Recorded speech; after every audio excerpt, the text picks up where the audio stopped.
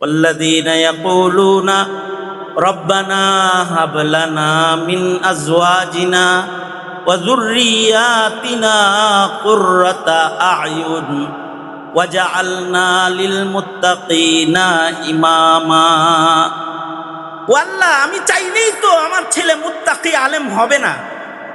আল্লাহ, আপনি আমার সন্তানকে মুত্তাকি বানান। ভাব অর্থ হইল এটা, এ আল্লাহ, আমাকে এবং আমার সন্তানদেরকে আপনি মুত্তাকিদের সর্দার বানায় দেন। এ দোয়া করতে বলেছেন। আর যে ছেলেটা মাদ্রাসায় আসবে তাকেও আল্লাহ পাক বলতেছেন, তোমার হুজুর তোমার ইলম দিতে পারবে না, মাদ্রাসার প্রিন্সিপাল মুআবিয়া সাহেব তোমাকে ইলম দিতে পারবে না। ইলম দাতা আমি। তুমি বলো আমার নবীকে যেমন আমি শিখাইছিলাম কালিমকে, অকুর রব্বি জিদনি ইলমা, ওগো আল্লাহ আপনি আমার ইলমকে বাড়ায়া দেন। আমি আমার রাসূলকেও বলেছি, বন্ধু আপনি বলে দেন, বলুন, আপনি বলেন এই দোয়া আমার কাছে, রব্বি জিদনি ইলমা, ওগো আল্লাহ আপনি আমাকে ইলম বৃদ্ধি করে দেন। এই ইলমে দ্বীন, যেটা স্কুল কলেজের ইলমটা নিজের চেষ্টায় পাওয়া যায়, কিন্তু ইলমে দ্বীনটা শুধু চেষ্টা দিয়া হয় না, এটার মঞ্জুরি হইতে হয় কোথায়? আসমানে, আল্লাহর কাছে। এ কারণেই প্রতিটা মাদ্রাসাও কবুল করাইতে হয়। মাদ্রাসা কোনো বিল্ডিং আর ফ্যান আর এসি রুমের নাম না, মাদ্রাসাও আল্লাহর কাছে কবুল করাইতে হয় এবং মাদ্রাসার প্রত্যেকটা তালবে ইলমকে কবুল করাইতে হয়। এ কারণে আমাদের আকাবিরদের নিজাম হলো বাচ্চারা লেখাপড়া করত। মাদ্রাসার মুহতামিম সাহেব তিনি রাতের অন্ধকারে সেজদা দিয়ে কাঁদতো আর বলতো, আল্লাহ মুসলিম সমাজের এতগুলো বাচ্চা আমার কাছে আমানত আইছে, আল্লাহ এর প্রত্যেকটা বাচ্চাকে আপনি কবুল করে নেন। এই দুআ রাতের অন্ধকারে আমাদের আকাবির বুজুর্গ মুহতামিমরা করত। এমনকি ওনারা এই বাচ্চাদের গোপন খেদমত করত, গোপনে বাচ্চাদের কাপড় ধুইত, গোপনে বাচ্চাদের পরিচয় গোপন করে বাচ্চাদের, কাসেম নানতুবি রহমতুল্লাহ আলাইহি বাচ্চাদের তলবে ইলমদের সুটকেস নিজে রেল স্টেশন থেকে বহন করে মাদ্রাসা পর্যন্ত দিয়ে যেত। একদিন তো জুতা দেখে ধরা খাইয়া গেছে। এক পুরান ছাত্র তো হুজুরের জুতা দেখে চিনা ফেলাইছে, মুখ বেঁধে রাখছে, কিন্তু জুতা দেখে চিনছে এটা কাসেম নানতুবি।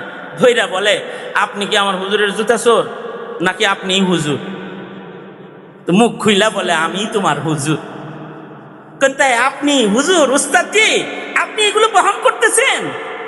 বহন তো করতেই হবে, কারণ হইল আগের যুগে আল্লাহ ইলিম দিয়া নবী পাঠাইতো, এখন তো আর নবী আসবে না, নায়েবে নবী আসবে। তোমরা তো নায়েবে নবী, ময়দানে মাহশরে তোমাদের সুটকেস বহনকারী হিসাবে আমি দাঁড়াইতে চাই, এজন্য গোপনে এগুলো বহন করি। পৃথিবীতে বহু ইলিম আছে, জ্ঞান আছে, কিন্তু একটা জ্ঞান হলো আল্লাহ পাকের মনোনীত জ্ঞান, ইলমে দ্বীন যেটাকে বলা হয়। এইটা আল্লাহ পাক যাদেরকে পছন্দ করেন তাদেরকে দান করেন। এমনকি আল্লাহর রসুলকে আল্লাহ পাক ইলম দেওয়ার পরে নিজে ইহসান জিতলাইছেন আল্লাহ পাক। এই পৃথিবীতে যত নবীর আগমন ঘটেছে সবাই ইলম নিয়ে আসছে, ইলমে দ্বীন নিয়ে আসছে। আর নবীদের মধ্যে সবচেয়ে শ্রেষ্ঠ নবী, সর্বশেষ নবী, আপনার আমার নবী মুহাম্মাদুর রাসূলুল্লাহ সাল্লাল্লাহু আলাইহি ওয়াসাল্লাম। নবীজিও ইলম নিয়েই আসছে, নবীজিকে ইলম দান করা হয়েছে। এ কারণে নবীজি বলেন, বুইসতু মুআল্লিমান, আমি তোমাদের জন্য শিক্ষক হয়ে আসছি। শিক্ষক তিনি যদি জ্ঞান না পান তো শিখাইবেন কি? আল্লাহ পাক বলেন, আমি তো আপনাকে শিখাচ্ছি। নবীজিকে শিখাইতেছেন কে? আল্লাহ। নবীজির শিক্ষক সরাসরি আল্লাহ তাআলা নবীজিকে ইলম দান করলেন এবং এই ইলম দিয়া আল্লাহ পাক নিজে এটার ইহসান জিতলাইলেন। ওয়া আল্লামাকা মা লাম তাকুন তা'লাম ওয়া কানা ফজলুল্লাহি আলাইকা আযীমা। আপনি জানতেন না, কিন্তু আপনাকে জানানো হয়েছে, আমি জানাইছি। এই যে জানাইলাম আপনাকে, ইলম দিলাম, এইটা আপনার উপরে আযীম দয়া, অনেক বড় মেহেরবানি আমার। আল্লাহ পাক ইহসান জিতলাইছেন। নবীজিকে আল্লাহ পাক কীরকম জানাইছেন, কীরকম ইলম দান করছেন? নবীজি বলেন, আল্লাহ আমাকে দিয়েছেন সকল ইলমের সমষ্টি, উতিতু ইলমাল আউয়ালিন ওয়াল আখিরিন, আমাকে আল্লাহ তাআলা একেবারে আউয়ালিনের ইলমও দান করছে। পৃথিবীর প্রথম সৃষ্টির থেকে শুরু করে আমি পর্যন্ত ইলমও দান করেছে, এবং একেবারে জান্নাত পর্যন্ত আখিরাতের যত ইলম আছে সব আল্লাহ তাআলা আমাকে দান করছে। নবীজিকে এই এত বড় ইলমের ভান্ডার দান করেছেন আল্লাহ তাআলা। এ কারণে আল্লাহর রাসূল বলতেন, আমি যা জানি এটা যদি তোমরা জানতা তাহলে তোমরা হাসতে পারতা না। লাউ আলিমতুম মা আ'লামু লাযহিকতুম কালীলাও ওয়া লাবাকাইতুম কাসীরা, তোমরা যদি আমি যা জানি তা জানতা তাহলে খালি কাঁদতা, তোমরা হাসতে পারতা না।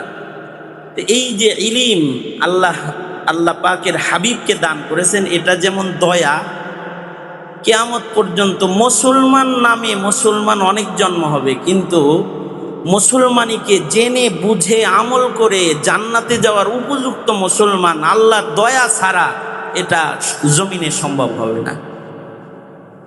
এ কারণে আল্লাহর রাসূল বলেন, আল্লাহ যার কল্যাণ চান, মাইয়ুরিদিল্লাহু বিহি খাইরাই ইউফাক্কিহুহু ফিদ্দীন, আল্লাহ যার কল্যাণ চান আল্লাহ তাকে ইলম দান করেন। এই কারণে মাদ্রাসায় ভর্তি করে দিলেই সন্তান হাফেজ আলেম হয়ে যায় না। কিন্তু এরকম বহু মানুষের সন্তান মাদ্রাসায় ভর্তি করে দিছে, কিন্তু তারা ইলম পায় নাই। আবার অনেক মানুষের সন্তান 12 বছর আগে হারায় গেছে, পরে শুনে যে হাফেজ হইয়া সরবে গায়ে পড়তেছে। আমার কাছে কেস আছে এরকম একটা, মানে তার সন্তান হারাইছে কত বছর আগে, 12 বছর 13 বছর আগে হারাইছে, পায় না 13 বছর পরে সন্তান বাবারে ফোন দিছে বরিশাল থেকে যে আব্বু আমি অমুক মাদ্রাসায় এখন পড়ি। নিজের বাপের নাম্বার সংগ্রহ করছে, তারপরে ফোন দিছে, ফোন দিয়ে বলছে, আব্বু আপনারা তো কেউ দিনী শিক্ষা পছন্দ করেন না, তাই আমি আল্লাহর কোরআনের হাফেজ হওয়ার জন্য পালায়া গেছিলাম, আমার হিফজ শেষ হয়েছে, এখন আমি কিতাবখানায় পড়ি। তো তার বাপ সাথে সাথে মা সহ সন্তানরে দেখতে গেছে এবং যায় নিয়ে আসছে।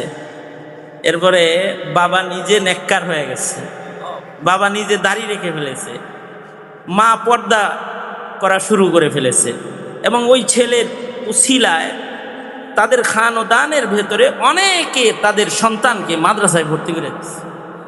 আচ্ছা, এই যে একটা বুদ্ধি কোনো বাচ্চাকে আল্লাহ দিলেন, যে সে তার পরিবার থেকে বিচ্ছিন্ন হয়ে গিয়ে তারপরে ইলম অর্জন করেছে, পরিবার থেকে বিচ্ছিন্ন হয়ে গেছে। যেমন শামসুল হক ফরিদপুরি রহমতুল্লাহ আলাইহি, উনি পরিবার থেকে বিচ্ছিন্ন হয়ে আগে ইলম হাসিল করছে, লাগাতার সাধনা করে স্কুল কলেজে পড়তেন, কিন্তু উনি ইলম হাসিল করে বাংলাদেশের মানুষকে এই পরিমাণ ইলম বিতরণ করছে যে শাহ হাকিম আখতার রহমতুল্লাহ আলাইহি যখন বাংলাদেশে আসতেন, তখন ওনাকে ওই বিমানবন্দরে যখন ইস্তেকবাল করত, তো তখন উনি বলতেন যে তোমাদের দেখলে তোমাদের ভেতর থেকে শামসুল হক ফরিদপুরীর গ্রাণ আসে। অথচ এই মানুষ এই যে এত বড় একজন সংস্কারক আলেম হয়েছেন, পরিবার থেকে বিচ্ছিন্ন হয়ে এককভাবে চলে গেছেন, যে ইলম শিখছেন।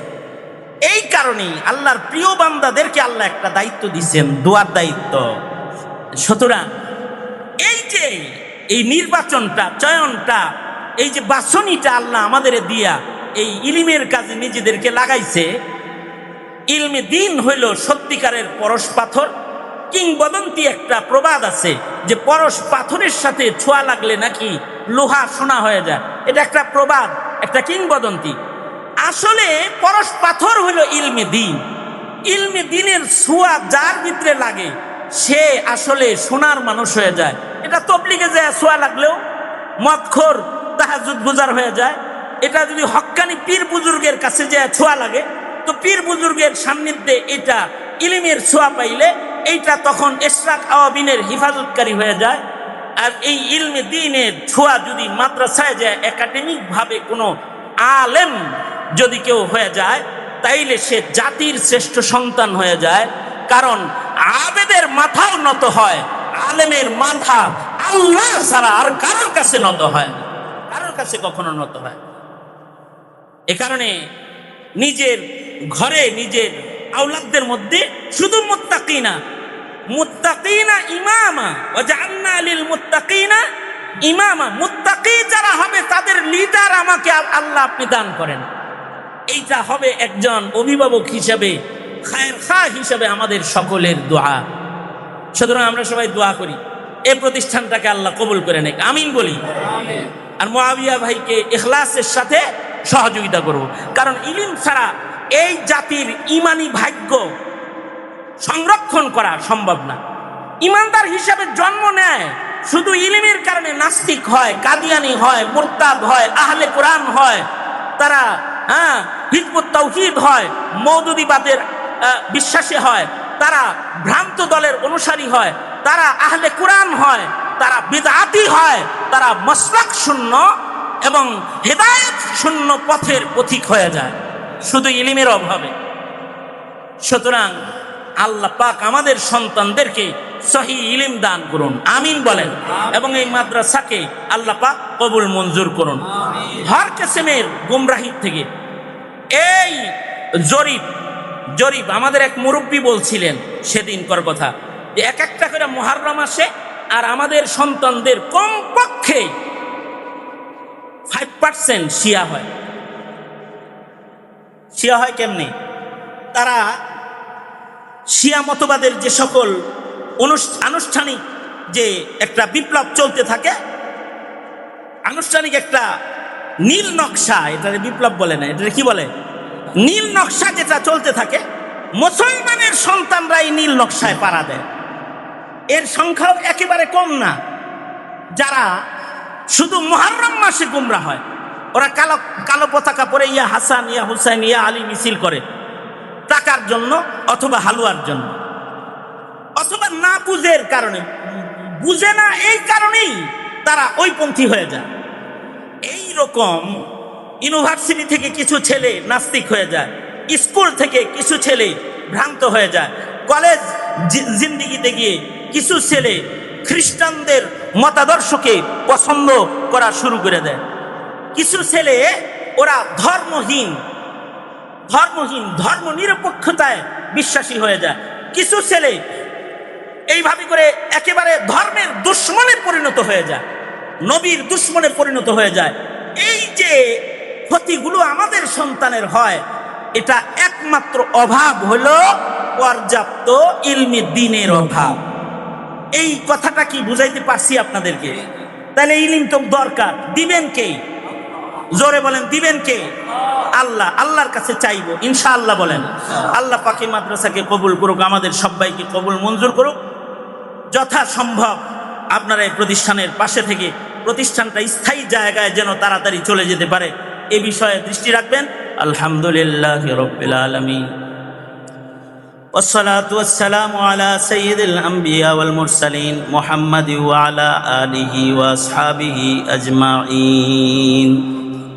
রব্বুল আলামিন প্রচণ্ড গরমের মধ্যে দারুল উলুম মুঈনুল ইসলাম মাদ্রাসার ইয়া আল্লাহ ইফতিতাহি দুআ রব্বুল আলামিন প্রতিষ্ঠানটাকে আপনি কবুল মঞ্জুর করে নেন। প্রচণ্ড গরমের মধ্যে আপনার যে বান্দারা দ্বীনের ভালোবাসায়, ইয়া আল্লাহ, আল্লাহর রাসূলের ভালোবাসায় যারা এখানে শামিল হয়েছে, বসে রয়েছে, তাদের শিরকত শামিল হওয়াটাকে আপনি কবুল আর মঞ্জুর করে নেন। যে সকল ওলামারা কদম রেখেছে তাদের পায়ের ধুলার বরকতে প্রতিষ্ঠানে বারাকা দান করেন। প্রতিষ্ঠানের মুহতামিম মুআবিয়া ভাইকে কবুল মঞ্জুর করে নেন আল্লাহ রাব্বুল আলামিন। এই প্রতিষ্ঠানের নেপথ্যে পেছনে যারা আর্থিক, মানসিক, সার্বিক খেদমত করে যাচ্ছেন, ইয়া আল্লাহ তাদের খেদমাতগুলোকে আপনি কবুল আর মঞ্জুর করে নেন। জিন্দেগির এমন কোনো মুনাজাত বাদ নাই যে মুনাজাতে মা বাবার কথা বলি নাই। অনেকের পিতামাতা অন্ধকার কবরের বাসিন্দা। রব্বুল আলামিন, ইয়া আল্লাহ তাদের মা বাবার কবরগুলা জান্নাতের বাগান বানায়া দেন আল্লাহ। যাদের পিতামাতা অসুস্থ, সেহাত আফিয়াত সালামত দান করেন রব্বুল আলামিন। আমাদের সন্তান সন্ততিদেরকে আল্লাহ আপনি নাজাতের জন্য বাহানা বানায়া দেন। আমাদের বংশের খানদানের একটা ফুল যেন ঝরে পড়ে না যায়, কিয়ামত পর্যন্ত আমাদের রক্তের মধ্যে কোনো নাস্তিক মুরতাদ বেঈমান পাঠাইবেন না আল্লাহ রব্বুল আলামিন। ইব্রাহিমের যোগ্য সন্তানদের মিছিল আমাদের খানদানের ভেতরে আপনি কিয়ামত পর্যন্তের জন্য প্রস্তুত করে দেন আল্লাহ রব্বুল আলামিন। আমাদের সকলের আপনার পেয়ারা গোলাম বানায় নেন। اللهم اجعل ثأرنا على من ظلمنا وانصرنا على من عادانا ولا تجعل مصيبتنا في ديننا ولا تجعل الدنيا أكبر همنا ولا مبلغ علمنا ولا غاية رغبتنا ولا تسلط علينا من لا يرحمنا اللهم زدنا ولا تنقصنا وأكرمنا ولا تهنا وأعطنا ولا تحرمنا وآثرنا ولا تؤثر علينا وارزنا وارض عنا يا كريم اللهم إنا نعوذ بك من الفتن ما ظهر منها وما بطن اللهم إنا نعوذ بك من إبليس والجنود ومن الشيطان والشرك اللهم اجعلنا من عبادك الصالحين اللهم اجعلنا من عبادك المنتخبين الغر المحجلين الوفد المتقبلين